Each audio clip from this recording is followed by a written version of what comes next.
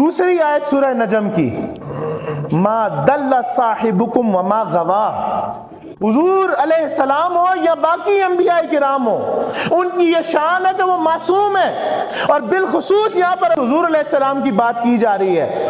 اور کلام مجید جن کے لیے نازل ہوا نا، مخاطب اول جو طبقہ ہے جس سے اللہ کلام کر رہا ہے، مومنین کا پہلا طبقہ، ان کو اللہ کیا ارشاد کر رہا ہے؟ تمہیں اپنی صحبت سے نوازنے والے نہ راہ بھولے اور نہ راہ سے بھٹکے۔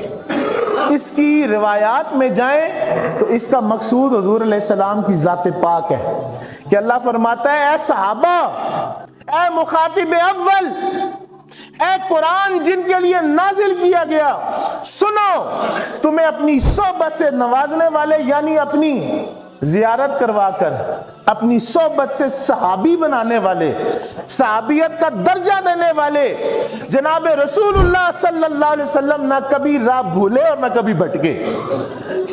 یہ معصومیت کا عقیدہ ہے۔